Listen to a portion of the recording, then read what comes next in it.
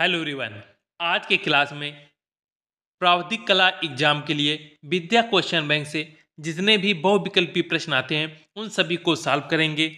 विद्या question bank की ये book प्रावधिक कला के लिए काफ़ी इंपॉर्टेंट रहती है, क्योंकि इस बुक में प्रीवियस ईयर जितने भी क्वेश्चन अभी तक हुए हैं वो सभी देखने को मिल जाते हैं। साथ में नए क्वेश्चन और प्रैक्टिस करने के लिए आपको पर्याप्त मात्रा में इसमें प्रश्न मिलेंगे। इस बुक में जितने भी क्वेश्चन दिए हुए हैं उन सभी को आज यहाँ पे सॉल्व करेंगे। वीडियो को अंत तक जरूर देखें। पहला प्रश्न है, अंग्रेजी के बड़े अक्षरों की ऊंचाई कितने खानों की होती है? ऑप्शन आ 6 खाने, ऑप्शन बा 7 खाने, ऑप्शन सा 8 खाने, ऑप्शन दा 4 खाने। जब भी अंग्रेजी के बड़े अक्षर की बात की जाए तो इसमें आपको ए से लेकर जेड तक के जितने भी अक्षर होते हैं उन सबको आपको ध्यान रखना है कि कौन सा अक्षर कितने खानों में बनता है और प्रत्येक अक्षर की ऊंचाई कितनी होती है। तो ए से लेकर जेड तक जितने भी अक्षर होते हैं इनकी जो चौड़ाई होती है वो अलग अलग होती है, किंतु ऊंचाई सबकी समान रहती है। प्रत्येक अक्षर की जो ऊंचाई होती है वो 7 खाने में होती है। इसलिए इस प्रश्न का राइट आंसर हो जाएगा ऑप्शन बा। एक आप ये देख सकते हैं, ये ऐप का सम्मित चित्र बना हुआ है। इस प्रश्न में आप देखेंगे ये जो ऐप है इसमें जो नीचे की रेखा रहती है इस रेखा को हम आधार रेखा कहते हैं, और इसी रेखा से होते हुए ये एक रेखा जाती है जिसे हम सममित सेमी या सममित रेखा के नाम से जानते हैं। और ये जो सममित सेमी होती है ये यहाँ पे आधार के साथ 30 अंश का कोण बनाती है। आपको याद रखना है, एग्जाम में पूछा जा सकता है कि सममित सेमी कितने अंश का कोण बनाती है। तो सममित सेमी की जब भी बात की जाए तो वो 30 अंश का कोण बनाती है। और इसी के साथ आप ये दूसरी रेखा देख सकते हैं, इसमें जो ये दूसरी रेखा गई है इसे हम शुद्ध सेमी के नाम से जानते हैं। और ये जो शुद्ध सेमी होती है ये 45 अंश का कोण बनाती है और सममित सेमी 30 अंश का कोण बनाती है। तो इसमें दूसरा प्रश्न रहता है कि शुद्ध सेमी कितने अंश का कोण बनाती है? तो शुद्ध सेमी 45 अंश का कोण बनाती है। इसमें तीसरा प्रश्न पूछा जा सकता है कि जो शुद्ध सेमी होती है वो सममित सेमी से छोटी होती है या बड़ी? तो आप देख सकते हैं जो शुद्ध सेमी है ये 45 कोण बनाती है और सममित सेमी 30 अंश का कोण बनाती है। तो इसमें शुद्ध सेमी सममित सेमी से बड़ी होती है, अर्थात शुद्ध सेमी बड़ी रहेगी और सममित सेमी इसमें छोटी रहती है। ये कुछ इंपॉर्टेंट पॉइंट हो गए सम्मित चित्र से रिलेटेड, आपको ये याद रखने हैं। नेक्स्ट क्वेश्चन है, अक्षर यम और डब्ल्यू की चौड़ाई कितने खानों की होती है? ऑप्शन आ 3 खाने, ऑप्शन बा 4 खाने, ऑप्शन सा 5 खाने, ऑप्शन दा 6 खाने। आप ये अक्षर एम का सम्मित चित्र देख सकते हैं। अक्षर एम जब बनाते हैं तो इसमें देख सकते हैं ये पहला खाना, दूसरा, तीसरा, चौथा और ये 5 खाने, अर्थात अक्षर एम जो है ये 5 खाने में बनता है। राइट आंसर हो जाएगा इसका ऑप्शन नंबर 7। और जो अक्षर डब्ल्यू होता है, अक्षर डब्ल्यू भी 5 खाने में बनता है। साथ में आपको याद रखना है जो अक्षर आई है ये 1 खाने में बनता है, अर्थात इसकी चौड़ाई 1 खाने की होती है और ऊंचाई 7 खानों की रहती है। और जो अक्षर जैसे ए हो गया, A B C D E और जी एच, ये जितने भी अक्षर हैं इनकी चौड़ाई 4 खानों की रहती है और ऊंचाई 7 खानों की रहती है। और यदि अक्षर काट या वर्ग काट पूछे तो वर्ग काट 1 खाने की होती है और या हम कह सकते हैं 1 वर्ग सेंटीमीटर की रहती है। नेक्स्ट क्वेश्चन है, प्रत्येक 2 अक्षरों के बीच कितने खानों का रिश्तांक छोड़ते हैं? ऑप्शन आ 2, ऑप्शन बा 1, ऑप्शन सा 1.5, ऑप्शन दा 2.5। जब भी 2 अक्षरों के बीच के रिक्त स्थानों की बात की जाए तो इसमें आप ये देख सकते हैं, इस तरह का प्रश्न आप जब सेक्शन बी सॉल्व करेंगे तो सेक्शन बी में जो पहला प्रश्न रहता है वो इसी के इस टाइप का बिल्कुल रहेगा कि कोई भी एक शब्द दे दिया जाएगा, उस शब्द को आपको इसी तरीके से लिखना होगा। तो इसकी आप प्रैक्टिस अवश्य कर लें, ये आपको 6 नंबर में पूछा जाता है। आप देख सकते हैं इसमें कहा गया है 2 अक्षरों के बीच कितने खानों के स्थान छोड़ेंगे। तो यदि यस और ओ के मध्य देखेंगे तो ये देखिए 1 खाना यहाँ पे छूटा हुआ है। इसी प्रकार ओ और एल के मध्य देखेंगे तो 1 खाना छूटा हुआ है। तो आप देख सकते हैं कि 2 अक्षरों के बीच हम 1 खाने का स्थान छोड़ते हैं। तो इस प्रश्न का राइट आंसर हो जाएगा ऑप्शन नंबर बा। साथ में इसमें आपको कुछ पॉइंट और याद रखने हैं, जैसे अक्षर यस होता है, अक्षर यस की चौड़ाई 4 खानों में रहती है। अक्षर जो ओ बनता है इसकी भी चौड़ाई 4 खानों में रहती है। अक्षर जो यल है इसकी चौड़ाई 4 खाने में, अक्षर आई की चौड़ाई 4 खाने में रहेगी और अक्षर जो डी है इसकी भी चौड़ाई 4 खाने में रहती है। जो अक्षर आई होता है इसकी चौड़ाई एक खाने में रहती है। ये आपको ध्यान रखना है। साथ में यदि ऊंचाई की भी बात की जाए तो ये जितने भी अक्षर रहते हैं ए से लेकर जेड तक, उन सभी अक्षरों की जो ऊंचाई है वो 7 खानों की रहती है। नेक्स्ट प्रश्न है, तिरछे अक्षरों में वाक्य लिखते समय अक्षरों का झुकाव कितने अंश का होता है? ऑप्शन आ 70 अंश, ऑप्शन बा 75 अंश, ऑप्शन सा 65 अंश, ऑप्शन दा 80 अंश। तिरछे अक्षर में जब वाक्य लिखते हैं तो आपको सेक्शन बी में ये आपको दूसरा प्रश्न मिलेगा जो कि तिरछे अक्षरों से रिलेटेड होगा, और ये प्रश्न आपको 6 नंबर का पूछा जाता है। तो याद रखना है, जो सेक्शन बी रहता है, सेक्शन बी में 2 प्रश्न पूछे जाते हैं। पहला प्रश्न जो रहेगा वो बड़े छापे में होगा, जैसे अभी आपने पिछला प्रश्न देखा कि सॉलिड जिस प्रकार से लिखा था उसी तरीके से कोई भी एक शब्द दे देगा और आपको लिखना होगा। और जो दूसरा प्रश्न रहता है वो तिरछे अक्षरों से कुछ इस प्रकार से आपको लिखना होता है। इसमें आपको एक सेंटेंस हिंदी और अंग्रेजी में दे देगा, आपको कोई एक लिखना होगा। या तो आप अंग्रेजी के लिख सकते हैं या फिर हिंदी के लिख सकते हैं। जिसमें आपकी राइटिंग अच्छी होती है वही हम लिखते हैं, या तो हिंदी लिख सकते हैं या फिर अंग्रेजी। इस प्रश्न में आप देख सकते हैं तिरछे अक्षरों में जब वाक्य लिखते हैं तो अक्षरों का जो झुकाव कोण है वो 75 अंश का रखा जाता है। तिरछे अक्षरों से रिलेटेड और प्रश्न बनते हैं, जैसे पहला तो यही हो गया कि तिरछे अक्षरों में वाक्य लिखते समय अक्षरों का झुकाव कोण 75 अंश रखेंगे। दूसरा प्रश्न ये बनता है कि जब हम तिरछे अक्षर लिखते हैं तो वाक्यों का जो अनुपात होता है वो कितने अनुपात रहता है? तो अनुपात आपको याद रखना है, 2:3:2 में तिरछे अक्षर लिखे जाते हैं। नेक्स्ट क्वेश्चन है, अक्षर जे की रचना किस अनुपात में करते हैं? ऑप्शन ए 7:3, ऑप्शन बा 7:2, ऑप्शन सा 7:4, ऑप्शन द 7:5। अक्षर जे की रचना आप ये देख सकते हैं ग्राफ में, ये अक्षर जे की रचना है। ये सम्मित चित्र बना हुआ है अक्षर जे का। इसमें आप यहाँ से काउंट करेंगे तो ये हमारा पहला खाना रहता है, ये दूसरा खाना और ये तीसरा खाना। तो अक्षर जे जो है ये सिर्फ देखिए 3 खाने में बना हुआ है, इसलिए इस प्रश्न का राइट आंसर हो जाएगा ऑप्शन नंबर आ। अक्षर जे के जो अनुपात है वो 7:3 में होता है, अर्थात 3 जो होती है यहाँ पे चौड़ाई को इसके दर्शाती है, और जो ये 7 होता है ये इसके ऊंचाई को दर्शाता है। तो ऊंचाई यहाँ से आप देखेंगे तो ऊंचाई यहाँ से यहाँ तक लेकर 7 खानों में रहती है तथा चौड़ाई इसके 3 खानों में है। नेक्स्ट क्वेश्चन है, म्यूजिक शब्द की रचना करने हेतु कुल खानों का अनुपात क्या है? ऑप्शन आ 23:7, ऑप्शन बा 25:7, ऑप्शन सा 22:7, ऑप्शन दा 22:6।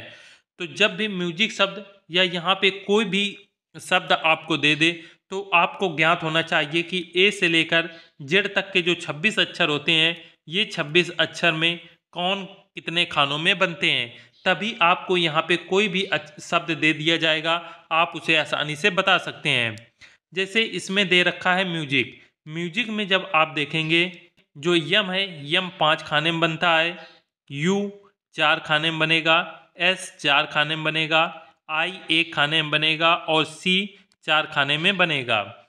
साथ में आपको ज्ञात है कि जब भी हम कोई शब्द लिखते हैं तो 2 शब्दों के बीच एक खाने के लिए स्थान छोड़ा जाता है, इसलिए यहाँ पे यम और यू के मध्य एक खाना छोड़ेंगे, यू और एस के मध्य एक खाना, एस और आई के मध्य एक खाना, आई और सी के मध्य एक खाना। कुल टोटल इन सबको काउंट करेंगे, 5 4 9, 9 4 13, 1 14 और 4 18, 19 20 21 22। ये कुल टोटल जो हमने म्यूजिक शब्द लिखेंगे वो कुल टोटल 22 खानों में लिखा जाएगा। यदि ऑप्शन में 22 है तो आप देखेंगे 22 ऑप्शन सा में है, तो राइट आंसर इसका हो जाएगा 22:7। 7 जो है यहाँ पे इसकी ऊंचाई को दर्शाता है, इसलिए सब में 7-7 दे रखा है। कोई भी जब हम ऐसे शब्द लिखते हैं तो ऊंचाई हमेशा 7 खानों की रहती है, और जो चौड़ाई होती है उन सभी को हम काउंट करके यहाँ पे निकालते हैं। साथ में आपको याद रखना है, यदि 22:7 न दे रखा होता, ऑप्शन में 24:7 दे रखा होता, तो राइट आंसर फिर 24:7 होता। क्योंकि जब भी हम कोई शब्द लिखते हैं तो उसके एक आगे खाना और एक पीछे खाना भी काउंट किया जा सकता है। तो याद रखना है, जब भी ऐसे कोई 2 शब्द आएंगे तो इसमें 2 टाइप के ऑप्शन दिए होंगे। पहला आपने ये टाइप देख लिया जिसमें सिर्फ आपको उनकी चौड़ाई जोड़नी थी और आंसर हमारा निकल के आ गया था। दूसरा होगा कि इसमें जो पहला खाना है और अंतिम खाना होता है इसे भी काउंट करके दिए जाएगा। तो म्यूजिक हमने 22 खानों में जोड़ा था, साथ में 2 खाने और इसमें ऐड कर देंगे तो ये हो जाएगा 24। तो 24:7 के अनुपात में इसे हम लिखेंगे। किंतु यदि 24 नहीं आ रहा तो फिर सिर्फ 22:7 ही इसका राइट आंसर होगा। नेक्स्ट क्वेश्चन है, साधारण मापनी पर कितने प्रकार के माप दिखाए जा सकते हैं? ऑप्शन आ 1, ऑप्शन बा 2, ऑप्शन सा 3, ऑप्शन दा 4। जब भी साधारण मापनी की बात की जाए तो साधारण मापनी में हम सिर्फ 2 ही प्रकार के माप दिखा सकते हैं।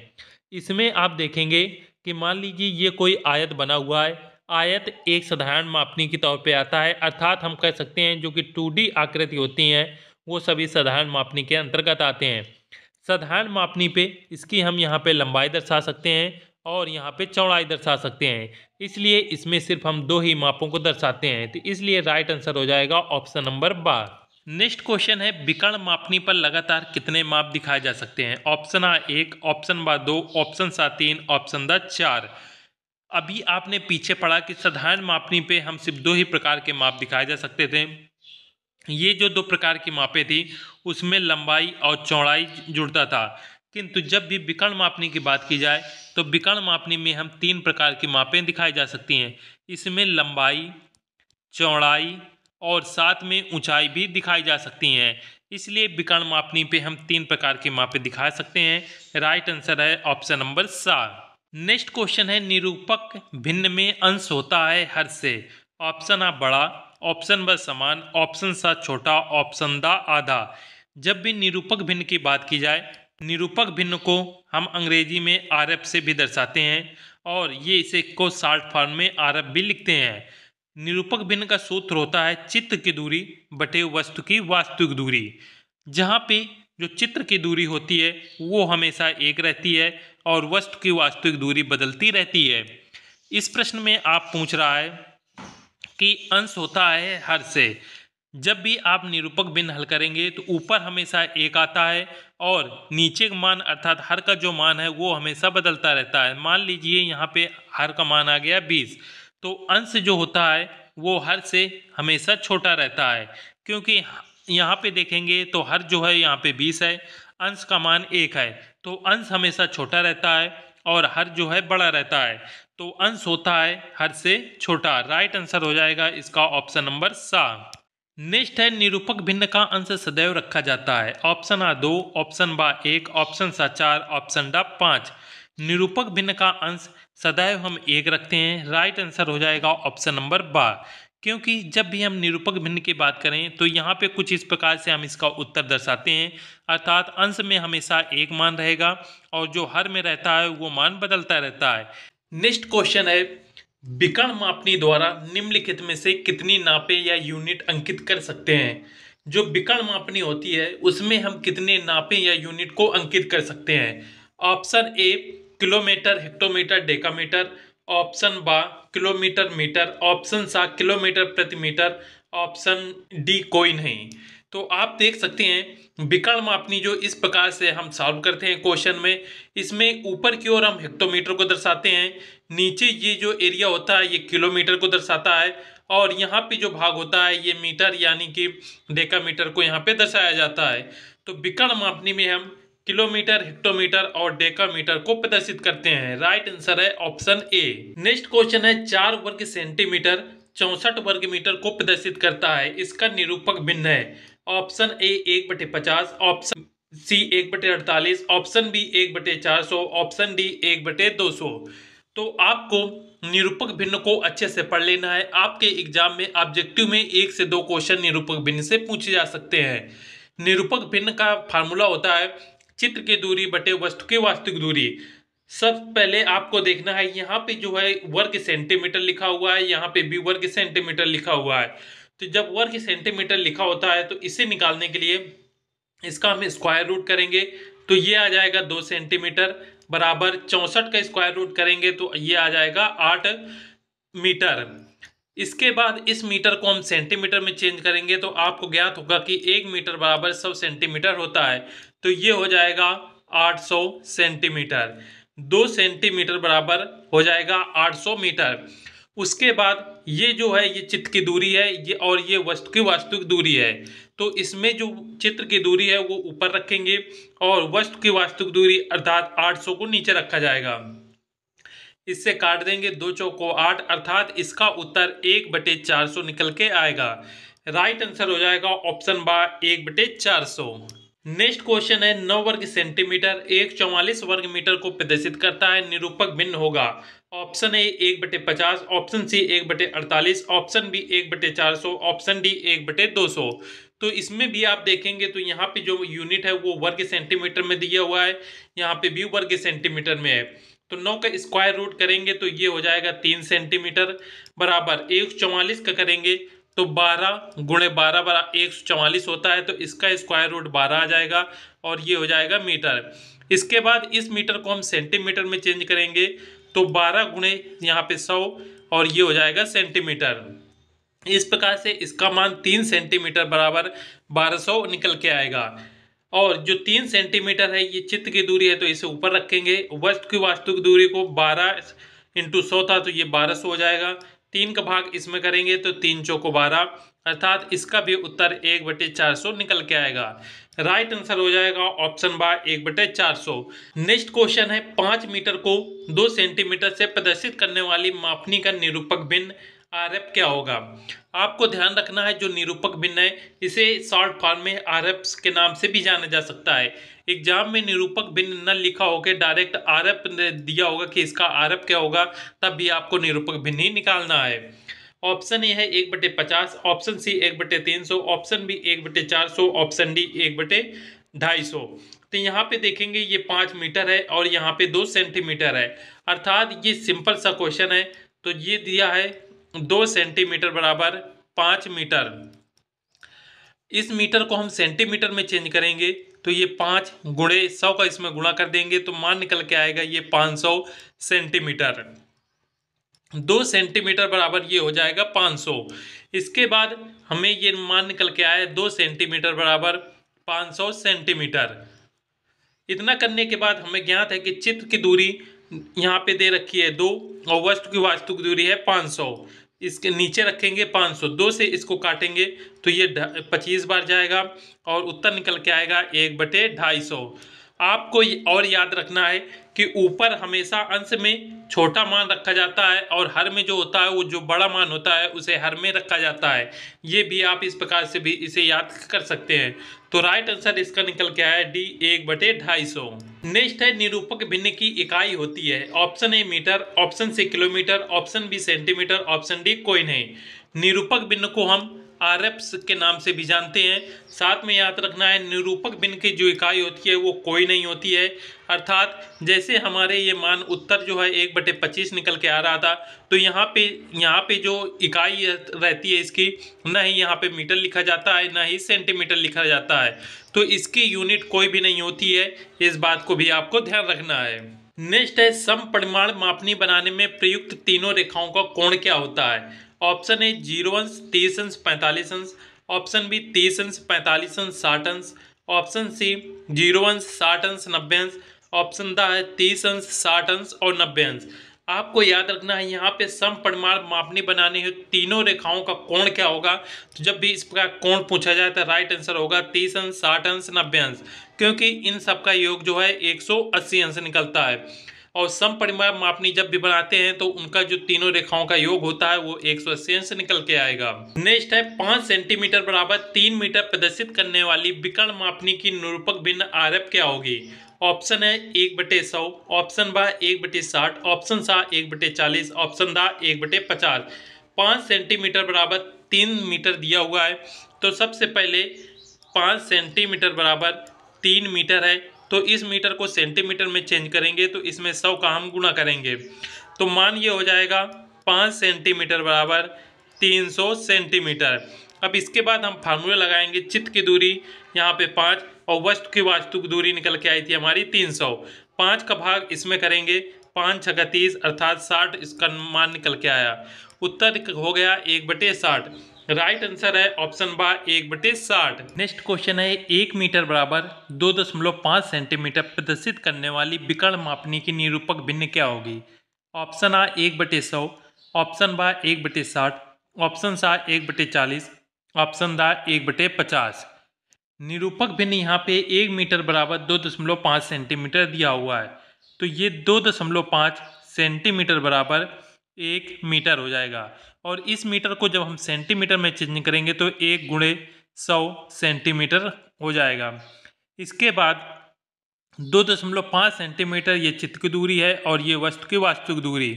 तो इसमें 2.5 ऊपर अंश में रखा जाएगा और 100 हर में रखा जाएगा। दशमलव हटाएंगे, नीचे 1 जीरो और बढ़ जाएगा। 25 का भाग 1000 में देंगे तो 25 चौको 100, 40 आ जाएगा। आंसर इसका निकल के आया 1/40।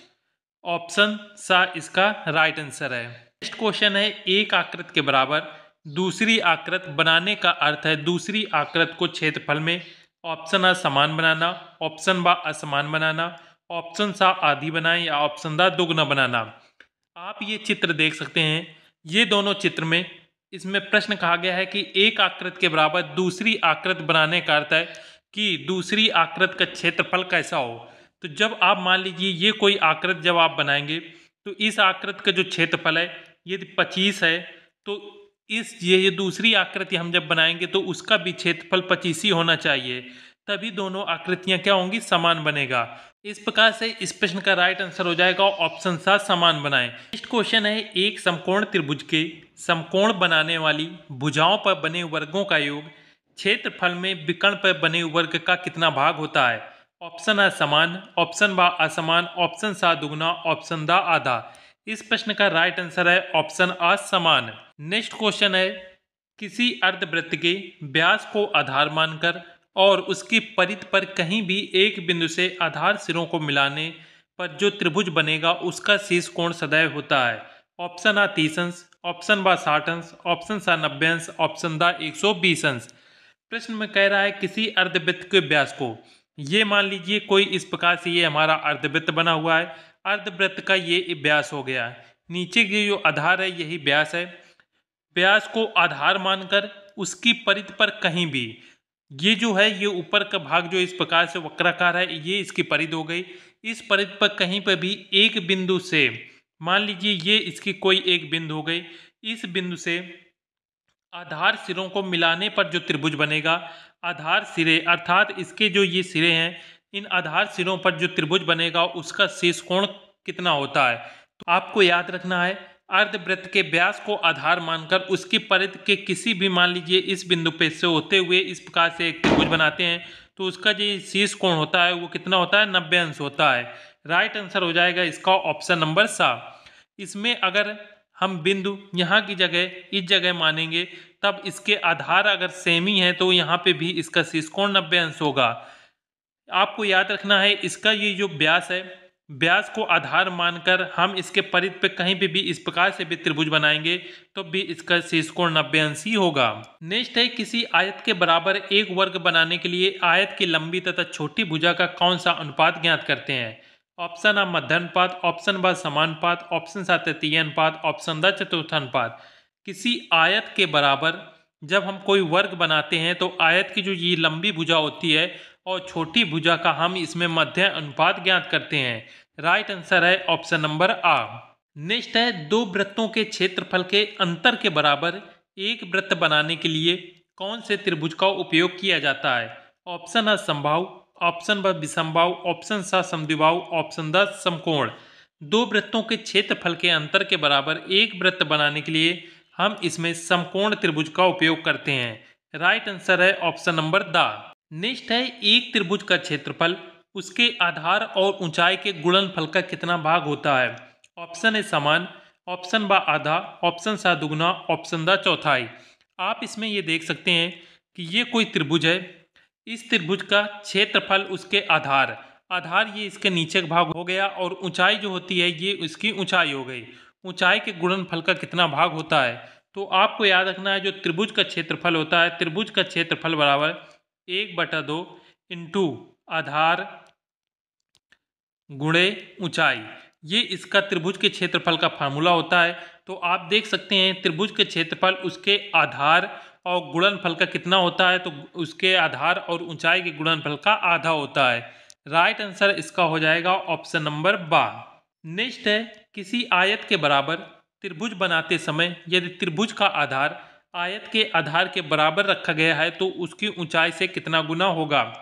आप इसमें देख सकते हैं किसी आयत के बराबर, ये एक आयत हो गया।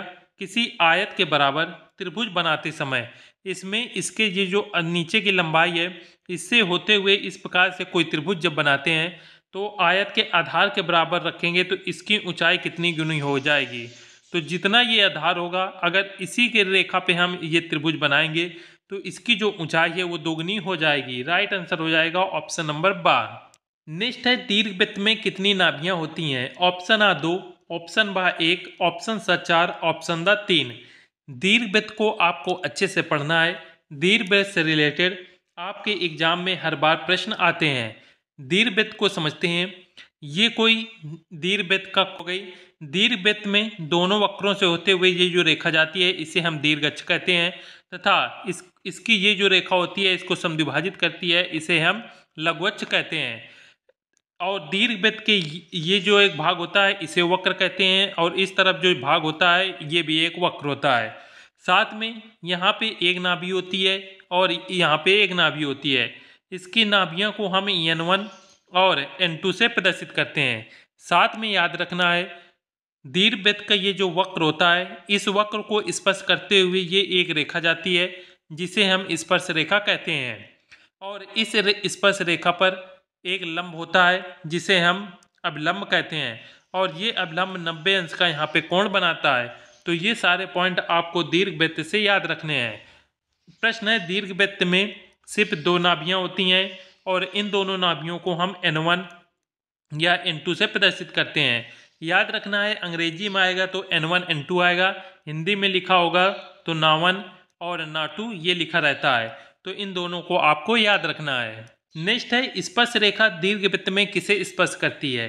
ऑप्शन आ लघुअक्ष, ऑप्शन बा दीर्घअक्ष, ऑप्शन सा वक्र, ऑप्शन दा नाभि। अभी आपने देखा, मान लीजिए ये कोई आपका दीर्घवृत्त है, ये दीर्घवृत्त की परिधि हो गई। इसमें ये जो भाग है ये वक्र होता है।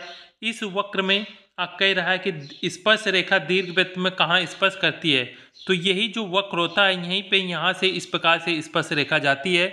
तो इस प्रश्न का राइट आंसर हो जाएगा ऑप्शन नंबर 7 कि स्पर्श रेखा दीर्घवृत्त में उसके ये जो वक्र भाग होता है, आप इस तरफ भी मान सकते हैं या किसी दोनों तरफ कहीं पे भी यहाँ से स्पर्श रेखा जाती है तो ये इसके वक्र को स्पर्श करती है। नेक्स्ट है निम्न में से किस ठोस में आयताकार फलक होते हैं। ऑप्शन आ घन, ऑप्शन बा शंकु, ऑप्शन सा संपार्श, ऑप्शन दा सूची स्तंभ। आयताकार फलक किसमें होते हैं, तो याद रखना है ऑप्शन सा इसमें राइट आंसर है। संपार्श में आयताकार फलक होते हैं, जबकि यदि घन की बात की जाए तो घन आपका कुछ इस प्रकार से बनेगा। इस घन में आप देख ही सकते हैं कि जो सभी फलक हैं वो किस प्रकार से हैं, वर्गाकार हैं। आप अगर ये वाला भाग देखेंगे तो ये भी वर्गाकार है, इस ओर देखेंगे तो ये भी वर्गाकार है। कहीं से भी आप देखेंगे तो घन के जो ठोस में फलक होंगे वो कैसे होंगे, वर्गाकार होंगे। यदि बात की जाए शंकु की, शंकु आपका कुछ इस प्रकार से बनता है। इसका जो ऊपरी भाग होता है ये त्रिभुजाकार होता है और नीचे का भाग जो होता है ये गोलाकार होता है। संपार्श के जो फलक होते हैं वो आयताकार होंगे और सूची स्तंभ के जो फलक होते हैं वो त्रिभुजाकार होते हैं। ये चारों पॉइंट हो गए आपको, ये सभी आपको याद रखने हैं। नेक्स्ट है एक घन में कितने फलक होते हैं। ऑप्शन आ 5, ऑप्शन बा 6, ऑप्शन सा 8, ऑप्शन दा 12। एक घन में कितने फलक होते हैं। आप ये घन का चित्र देख सकते हैं, इसमें कह रहा है फलक कितने होते हैं। तो याद रखना है ये जो सामने का भाग होता है, ये जो आप देख सकते हैं चित्र में, ये वाला भाग इसको हम फलक कहते हैं। या इस ओर देखेंगे तो ये कुछ इस प्रकार से दिखेगा, ये भाग, इस भाग को हम क्या कहते हैं, फलक कहते हैं। तो आपको याद रखना है ये जो ये पूरा भाग है ये इसका फलक है, और फलकों की जो संख्या होती है घन में वो कितनी होती है, 6 होती है। घन में फलक कितने होते हैं, तो घन में फलक 6 होते हैं, ये आपको याद रखना है। दूसरी बात करें कि किनारा किसे कहते हैं, तो किनारे के लिए ये जो जितने भी ये रेखाएं इस प्रकार से जाती हैं ये सभी क्या होते हैं, इसके किनारे होते हैं। तो घन में किनारों की संख्या होती है 12। नेक्स्ट है कि घन में शीर्ष कितने होते हैं, तो जहाँ पे भी 3 रेखाएं इस प्रकार से ये मिलती हैं, घन में शीर्षों की संख्या कितनी होती है। यदि शीर्ष पूछे तो आपको याद रखना है घन में शीर्ष की संख्या होती है 8। नेक्स्ट है घन का प्रत्येक फलक किस आकार का होता है? ऑप्शन आ आयताकार, ऑप्शन बा त्रिभुजाकार, ऑप्शन सा वर्गाकार, ऑप्शन दा गोलाकार। त्रिभुज घन में आप ये देख सकते हैं, घन का ये सामने का भाग है, ये इसका फलक कहलाता है, ये पूरा इसका फलक हो गया। और यही जो आकार इसमें पूछा जाएगा, तो आकार आप देख सकते हैं किस प्रकार से है, वर्गाकार है। घन का प्रत्येक फलक कुछ इस प्रकार से वर्गाकार होता है। राइट आंसर इसका हो जाएगा ऑप्शन नंबर सा वर्गाकार। नेक्स्ट है त्रिभुजाकार समपार्श्व के कितने पार्श्व होते हैं? ऑप्शन आ 4, ऑप्शन बा 3, ऑप्शन सा 2, ऑप्शन दा 1। त्रिभुजाकार समपार्श्व में कितने पार्श्व होते हैं? आपको याद रखना है, जब भी किसी चीज में समपार्श्व में पार्श्व पूछे तो यहाँ पे समपार्श्व के आगे जो कुछ भी लिखा होता है उसके उतने ही पार्श्व होते हैं। राइट आंसर हो जाएगा ऑप्शन नंबर बा। नेक्स्ट है यदि आधार HP की समांतर है तो किसी पंचभुजाकार प्रिज्म समपार्श्व का अनुविक्षेप होगा? ऑप्शन आ समकटभुज, ऑप्शन बा समपंचभुज, ऑप्शन सा वर्ग, ऑप्शन दा आयत। किसी पंचभुजाकार प्रिज्म का समपार्श्व का जो विक्षेप होगा वो समपंचभुजकार होगा। राइट आंसर है ऑप्शन बा। नेक्स्ट है किसी समपार्श्व का पार्श्व किस आकार का होता है? ऑप्शन आ वर्गाकार, ऑप्शन बा आयताकार, ऑप्शन सा त्रिभुज, ऑप्शन दा गोला। जब भी समपार्श्व की बात की जाए तो समपार्श्व का जो पार्श्व होता है वो आयताकार होता है। राइट आंसर हो जाएगा ऑप्शन नंबर बा। नेक्स्ट है निम्नलिखित में किस ठोस में त्रिभुजाकार फलक होते हैं? ऑप्शन आ सूची स्तंभ, ऑप्शन बा आयताकार, ऑप्शन सा त्रिभुज, ऑप्शन दा गोला। त्रिभुजाकार फलक सूची स्तंभ में होते हैं। राइट आंसर है ऑप्शन नंबर आ। नेक्स्ट है किसी शंकु का आधार किस आकार का होता है? ऑप्शन आ सूची स्तंभ, ऑप्शन बा आयताकार, ऑप्शन सा त्रिभुजाकार, ऑप्शन दा वृत्ताकार। शंकु की बात की जा रही है। शंकु आपका कुछ इस प्रकार से बनता है। इसमें शंकु का आधार पूछा गया है, अर्थात ये नीचे का भाग पूछा गया है। तो शंकु का आधार का जो आकार है वो वृत्ताकार होता है। राइट आंसर है ऑप्शन नंबर द। नेक्स्ट है यदि बेलन का एक सिरा वृत्ताकार है तो दूसरा सिरा होगा? ऑप्शन आ सूची स्तंभ, ऑप्शन बा आयताकार, ऑप्शन सा त्रिभुजाकार, ऑप्शन दा वृत्ताकार। बेलन का एक सिरा वृत्ताकार है। बेलन जो है इस प्रकार से बनता है, नीचे का भाग इस प्रकार से रहता है और ऊपर का भाग इस प्रकार से है। तो बेलन का यदि एक सिरा अर्थात ऊपरी सिरा जो है वृत्ताकार है तो दूसरा सिरा जो होगा वो भी कैसा होगा, वृत्ताकार होगा। राइट आंसर है ऑप्शन नंबर द। पंचभुजाकार सूची स्तंभ में कुल कितने त्रिभुजाकार पार्श्व होंगे? ऑप्शन आ 6, ऑप्शन बा 3, ऑप्शन सा 5, ऑप्शन दा 4। पंचभुजाकार सूची स्तंभ में कुल कितने त्रिभुजाकार पार्श्व होंगे? राइट आंसर होगा ऑप्शन नंबर सा 5। नेक्स्ट है किसी गोले का उच्छेद व अनुविक्षेप क्या होगा? ऑप्शन आ आयत बटे वर्ग, ऑप्शन बा वर्ग बटे वर्ग, ऑप्शन सा वृत्त बटे वृत्त, ऑप्शन दा वृत्त बटे त्रिभुज। किसी गोले का उच्छेद व अनुच्छेद जो होता है वो वृत्त बटे वृत्त होता है। राइट आंसर है ऑप्शन नंबर सा। नेक्स्ट है क्षैतिज समतल पर अपने सिरे पर खड़े बेलन का उच्छेद कैसा होगा? ऑप्शन आ वर्गाकार, ऑप्शन बा आयताकार, ऑप्शन सा त्रिभुजाकार, ऑप्शन दा वृत्ताकार। क्षैतिज समतल पर अपने सिरे पर खड़े जो बेलन का उच्छेद होगा वो आयताकार होगा। नेक्स्ट है यदि एक त्रिभुजाकार समपार्श्व अपने सिरे पर क्षैतिज समतल पर खड़ा है तथा सिरे की एक भुजा ऊर्ध्वाधर समतल के समांतर है तो उसका अनुच्छेद होगा? ऑप्शन आ वर्गाकार, ऑप्शन बा आयताकार, ऑप्शन सा त्रिभुजाकार, ऑप्शन दा वृत्ताकार। राइट आंसर इसका होगा ऑप्शन नंबर 7 त्रिभुजाकार, क्योंकि त्रिभुजाकार समपार्श्व अपने सिरे पर क्षैतिज समतल पर खड़ा है और सिरे की एक भुजा ऊर्ध्वाधर समतल के समांतर है तो जो उसका अनुविक्षेप होगा वो त्रिभुजाकार बनेगा। नेक्स्ट है शंकु तथा बेलन का पार्श्व किस आकार का होता है?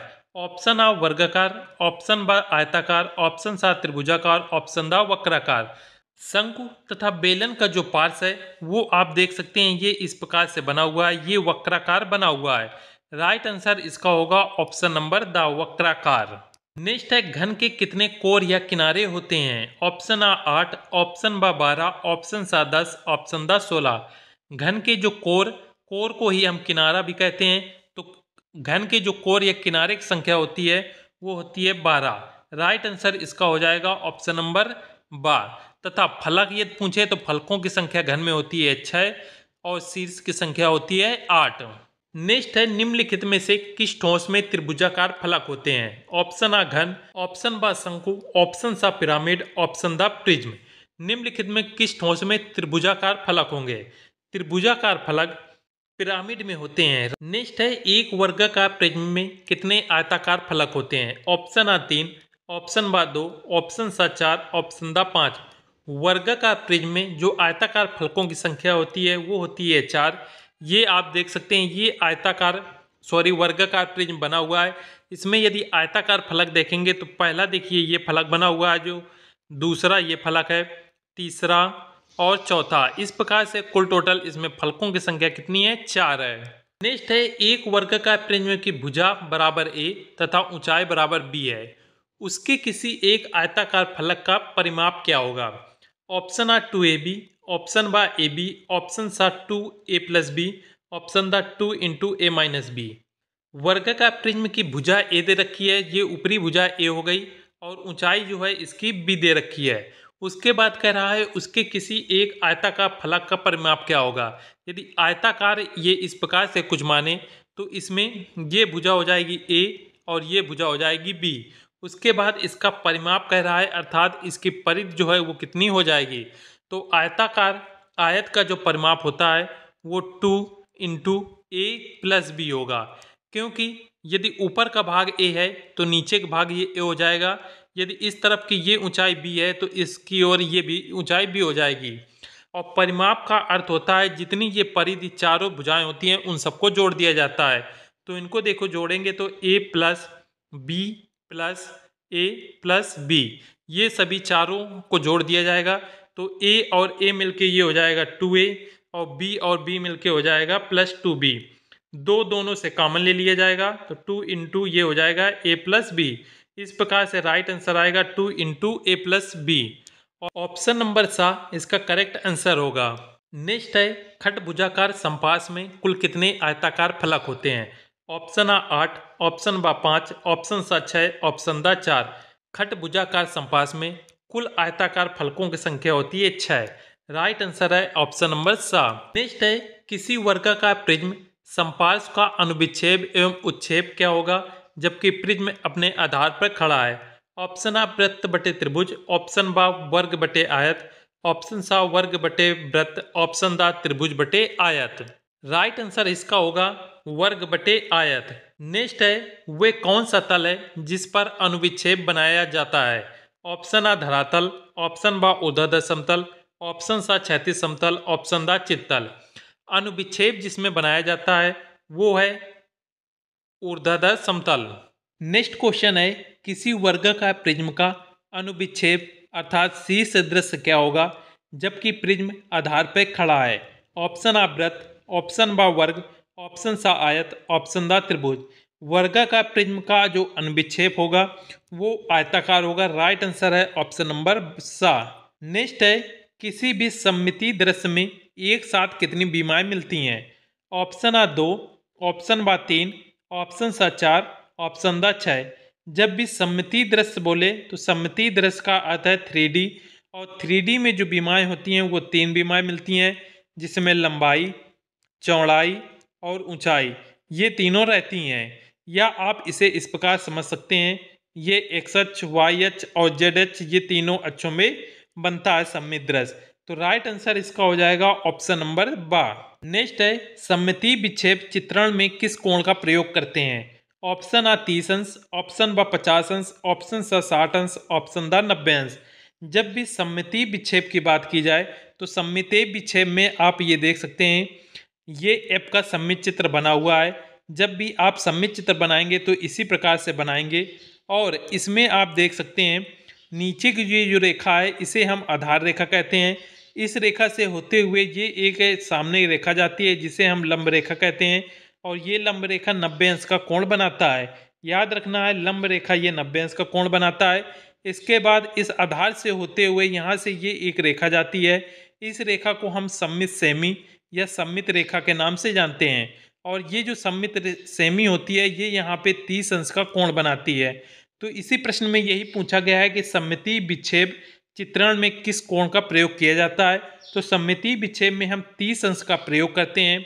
यदि इसमें पूछ लिया जाता कि शुद्ध सेमी किस अंश के कोण पर बनता है, तो शुद्ध सेमी यहाँ से इस प्रकार से रेखा जाती है और ये यहाँ पे 45 अंश का कोण बनाता है। तो शुद्ध सेमी अगर पूछता तो राइट आंसर होता 45 अंश। शुद्ध सेमी 45 अंश पे बनता है, सममित सेमी 30 अंश पे बनता है, और यहाँ पे ये जो लंब रेखा इसमें जाती है ये 90 अंश पे बनता है। ये तीनों पॉइंट आपको याद रखने हैं। साथ में याद रखना है कि जो कोई भी ए से लेकर जेड तक के जितने भी अक्षर होंगे वो उनकी जो ऊंचाई रहेगी वो 7 खाने में ही रहती है। नेक्स्ट है, मकान बनवाने में प्रयुक्त एक साधारण ईंट का सम्मुख दृश्य क्या होगा? ऑप्शन आ वर्ग, ऑप्शन बा आयत, ऑप्शन सा त्रिभुज, ऑप्शन दा वृत्त। मकान बनवाने में एक जो साधारण ईंट का प्रयोग करते हैं उस ईंट का जो सम्मुख दृश्य अर्थात सामने के जो भाग होगा वो किस आकार का होगा? तो इसमें ये देख सकते हैं ये कुछ इस प्रकार से आयताकार बना हुआ है। यहाँ से ये सामने से इस प्रकार यहाँ से भी देखेंगे तो ये देखिए आयताकार दिखेगा, ऊपर से देखेंगे तो ये भी देखिए आयताकार दिखेगा, यहाँ से भी देखेंगे तो आयताकार दिखेगा। तो मकान बनवाने में जो ईंट का प्रयोग होता है उसका जो दृश्य होता है वो आयताकार दिखता है। नेक्स्ट है, सममित चित्र में छिपे हुए पार्श्वों का कौन सी रेखा द्वारा दिखाया चाहिए? ऑप्शन आ हल्की सपाट, ऑप्शन बा हल्की बिंदुदार, ऑप्शन सा गहरी बिंदुदार, ऑप्शन दा मोटी रेखाओं से। सममित चित्र में छिपे हुए जो पार्श्व होते हैं उन्हें हम गहरी बिंदुदार रेखाओं से दर्शाते हैं। राइट आंसर होगा ऑप्शन नंबर सा। नेक्स्ट है, सममित चित्र में वस्तु का प्रत्येक माप निर्दिष्ट माप के अनुसार कैसा होता है? ऑप्शन आ आधा, ऑप्शन बा छोटा, ऑप्शन सा बराबर, ऑप्शन दा बड़ा। सममित चित्रण में वस्तु के प्रत्येक माप निर्दिष्ट माप के अनुसार बराबर होती है, क्योंकि ये आप चित्र में देख सकते हैं ये सममित चित्र का चित्र बना हुआ है। ऐप में देखेंगे तो जो प्रत्येक खाने रहते हैं वो कैसे रहते हैं? बराबर रहते हैं। और ये जो खाने होते हैं ये 1 सेंटीमीटर के होते हैं, तथा यदि इन अक्षरों की वर्ग काट पूछे, अक्षरों की वर्ग काट 1 वर्ग सेंटीमीटर होगी, क्योंकि इसमें लंबाई और चौड़ाई दोनों आ जाते हैं। तो इस प्रकार से 1 वर्ग सेंटीमीटर या 1 सेंटीमीटर स्क्वायर हम कह सकते हैं। तो इस प्रश्न का जो राइट आंसर है वो है ऑप्शन नंबर सा। नेक्स्ट है, सममित चित्रण में एक घन के तीनों किनारे जो एक ठोस समकोण बनाते हैं एक दूसरे के साथ कितने अंश का कोण बनाते हैं? ऑप्शन आ 100, ऑप्शन बा 120, ऑप्शन सा 180 अंश, ऑप्शन दा 90 अंश। सममित चित्र में एक घन के जो तीनों किनारे होते हैं वो एक दूसरे के साथ 120 अंश का कोण बनाते हैं। राइट आंसर है ऑप्शन नंबर बा। नेक्स्ट है, सममित सेमी शुद्ध सेमी से होता है। ऑप्शन आ छोटा, ऑप्शन बा बड़ा, ऑप्शन सा समान, ऑप्शन दा कोई नहीं। सममित सेमी शुद्ध सेमी से होता है, ये आप देख सकते हैं। इसको आपको बहुत ही अच्छी तरीके से समझ लेना है। इससे एग्जाम में सममित चित्र से रिलेटेड ऑब्जेक्टिव में 1 नंबर का क्वेश्चन हर बार आता है, तथा ये आपको सेक्शन ई में 16 नंबर का सममित चित्र पूछा जाता है। ए से लेकर जेड तक के जितने भी अक्षर हैं उन सभी के सममित चित्र बनाना आपको सीखना है। 19 में से कोई एक अक्षर दे देगा। जैसे 2023 में अभी जो एग्जाम हुआ था उसमें पूछा गया था कि ए का सममित चित्र बनाइए। आप समझिए कितना सरल दिया गया था कि ए का सममित चित्र बनाना आया था। पहला ही अक्षर आपको दे दिया गया था। बस इसमें एक रूल ये लगा दिया गया था कि जो इसकी चौड़ाई थी वो 4 खानों में ना होकर अर्थात 4 सेंटीमीटर ना होकर 5 सेंटीमीटर दिया गया था। तो आपको सममित चित्र सीखना बहुत ही अनिवार्य है। इसमें कहा गया है कि सममित सेमी शुद्ध सेमी से होता है। सममित सेमी की ये रेखा होती है जो कि 30 अंश का कोण बनाती है, और शुद्ध सेमी की ये रेखा होती है जो कि 45 अंश का कोण बनाती है। तो आप ये खुद सोच सकते हैं कि शुद्ध सेमी 45 अंश का कोण बनाती है और सममित सेमी 30 अंश का। तो बड़ी यहाँ पे शुद्ध सेमी होती है और छोटी सममित सेमी होती है। तो सममित सेमी जो होती है वो शुद्ध सेमी से कैसी होती है? छोटी होती है। राइट आंसर है ऑप्शन नंबर आ। नेक्स्ट है, यदि सममित सेमी चित्रण में एक संदूक के आधार की लंबाई 6 इंच है तो उसके ढक्कन की लंबाई कितनी होगी? ऑप्शन आ 7 इंच, ऑप्शन बा 9 इंच, ऑप्शन सा 6 इंच, ऑप्शन दा कोई नहीं। सममित सेमी चित्रण में एक संदूक के आधार की लंबाई अगर 6 इंच है तो उसके ढक्कन की लंबाई भी 6 इंच ही होगी। राइट आंसर है ऑप्शन नंबर सा, क्योंकि अभी आपने ये पीछे एक प्रश्न देखा कि ये देखिए सममित चित्रण में वस्तु के जो प्रत्येक माप होती है वो निर्दिष्ट माप के अनुसार कैसा होता है? तो निर्दिष्ट माप के अनुसार बराबर होता है। तो जितनी यदि वस्तु की माप यहाँ पे मान लीजिए 6 इंच यदि दे रखी है तो निर्दिष्ट माप भी कितनी होगी, 6 इंची होगी। तो इस प्रश्न का जो राइट आंसर होगा वो होगा option number 7, 6 inch. Next question है, यदि लकड़ी के ब्लॉक अक्षर एल की ऊंचाई 7 सेंटीमीटर, चौड़ाई 4 सेंटीमीटर तथा मोटाई 1 सेंटीमीटर है, तो लकड़ी के डंडों की काट क्या होगी? ऑप्शन आ 2 सेंटीमीटर वर्ग, ऑप्शन बा 1 सेंटीमीटर वर्ग, ऑप्शन सा 1.5 सेंटीमीटर वर्ग, ऑप्शन दा कोई नहीं। ये आप सम्मित चित्र देख सकते हैं। इसमें जो ये खाने बने हुए हैं, ये जो खाने हैं इन्हें हम लकड़ी के डंडों काट या वर्ग काट या अक्षरों की काट कहते हैं। यदि इन खानों को हम बाहर इस प्रकार से निकालें तो ये खानों में यहाँ पे लंबाई होती है और ये इसकी चौड़ाई रहती है। आपको ज्ञात होगा जो ये खाने होते हैं ये 1 सेंटीमीटर में बने होते हैं, तो लंबाई इनकी 1 सेंटीमीटर हो गई और चौड़ाई 1 सेंटीमीटर, और ये सभी एक वर्गाकार होते हैं। तो वर्ग की लंबाई और चौड़ाई का गुणा करेंगे तो 1 इंटू 1 और सेंटीमीटर सेंटीमीटर गुणा करेंगे तो वर्ग सेंटीमीटर हो जाएगा। इस प्रकार से इसका उत्तर निकल के आएगा 1 सेंटीमीटर वर्ग। याद रखना है ऑप्शन में केवल 1 सेंटीमीटर भी लिखा आ सकता है और 1 सेंटीमीटर वर्ग भी। तो जब भी लकड़ी के डंडों काट पूछी जाए तो 1 सेंटीमीटर वर्ग होगी। नेक्स्ट है, सम्मित चित्र बनाने से पूर्व कौन सी रेखा पहले खींचते हैं? ऑप्शन आ आधार क्षैतिज रेखा, ऑप्शन बा लंब रेखा, ऑप्शन सा 45 की रेखा, ऑप्शन दा 30 अंश की रेखा। जब भी हम सम्मित चित्र बनाते हैं तो सम्मित चित्र बनाने से पूर्व सबसे पहले हम ये नीचे की रेखा इस प्रकार से खींचते हैं।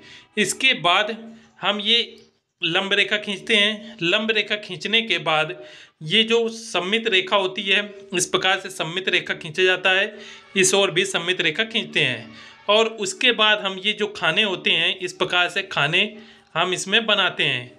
तो आप इसमें समझ गए होंगे कि सम्मित चित्र बनाने से पूर्व सबसे पहले ये नीचे की रेखा खींची जाती है जिसे हम आधार या फिर क्षैतिज रेखा कहते हैं।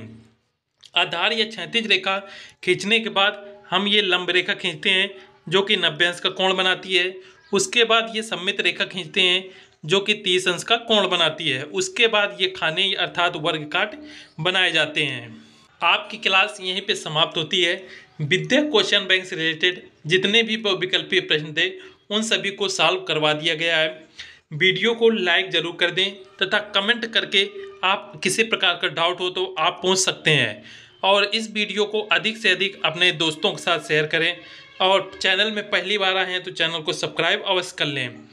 सेक्शन ए आपका कंप्लीट होता है, इसके बाद आपको सेक्शन बी करवाया जाएगा। नेक्स्ट वीडियो सेक्शन बी से रिलेटेड आएंगे, तो आप चैनल को सब्सक्राइब अवश्य कर लें। मिलते हैं नेक्स्ट वीडियो में। जय हिंद।